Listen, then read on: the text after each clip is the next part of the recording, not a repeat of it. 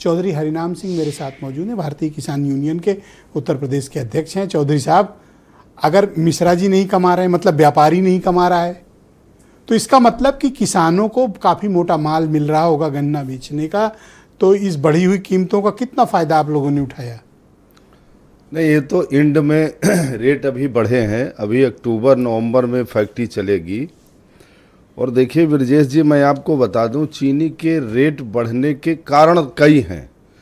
अगर हम पेराई सत्र को देखें तो पिछले पेराई इस बार जो पेराई हुई 4,78,000 मीट्रिक टन गन्ने की पेराई हुई, 79,52,000 मीट्रिक टन उत्पादन हुआ।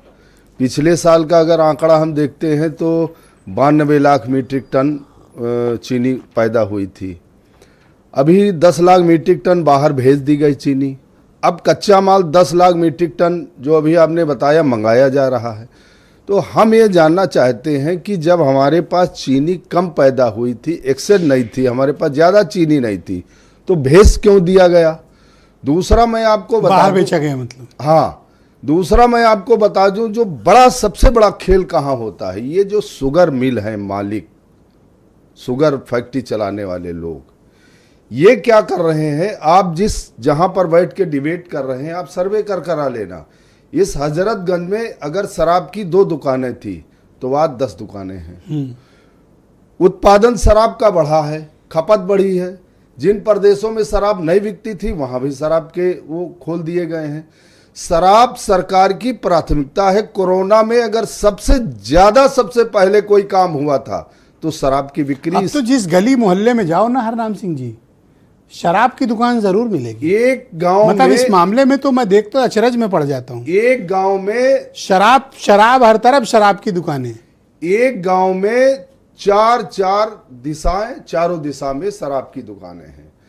शुगर मिल वाला क्या कर रहा है कि जितना मतलब लगभग 3%, 2.5% पेराई कम हुई।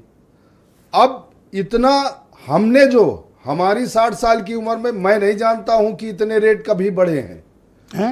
इतने रेट कभी बढ़े हैं 60 साल में चीनी में। भारतीय जनता पार्टी का मैं बालक था। वो जनता पार्टी की जब सरकार आई थी, इंदिरा जी की सरकार इसी में गई थी। 2 रुपये विपक्ष ने कहा था उस समय। चौधरी चरण सिंह और ये सारे नेता जो है, ये गली गली वो सारे नेता गली गली, बाबू जगजीवन राम वगैरह मेरे गांव आए थे प्रचार में। तो ये कह रहे थे आपके होश में चीनी की कीमत इतनी कभी नहीं बढ़ी, इतना कभी बढ़े नहीं। और कितने देखो, तो आपको मुनाफा मिल रहा है इससे? हमको तो 4.5 मिल रहे हैं, उसमें भी एक डलब में 2 क्विंटल गन्ने की चोरी होती। शुगर मिल फैक्ट्री चोरी कर रहा है। हर दाम बढ़ोतरी में आपको तो कुछ नहीं मिल रहा? 1 रुपया नहीं मिला। और मैं आपके माध्यम से, ये कौन खा रहा, दलाल या स्टॉकिस्ट या चीनी मिल वाले? नहीं, देखो ये खा तो रहे हैं शुगर मिल वाले। देखो चुनाव आ रहे हैं, चंदा उनको देना ही पड़ेगा। चंदा देना ही पड़ेगा। तो किसको? चीनी मिल वाले देंगे नहीं सरकारों को चंदा? देते हैं पैसा। अच्छा, नहीं देंगे तो ये हमें नहीं पता भैया, हमें नहीं मिला तो हम क्यों कहें? अरे मिला हो तो कहते। जिनके पास लगोटी नहीं थी, आज वो बड़ी बड़ी गाड़ियों से इसी शहर में हम देख रहे हैं। तो लखनऊ में हम पैदा हुए, हमसे कोई चीज छुपी? चीनी मिल मालिकों की बात कर रहे हो कि या चीनी के दलालों की बात कर रहे हो? दलाल, चीनी मिल मालिक, ये सब देखो। इस इस प्रदेश में सरकारें इस चीनी को लेकर, गन्ने को लेकर बदली हैं। वो आप जानते हो पश्चिम की राजनीति ही यही है।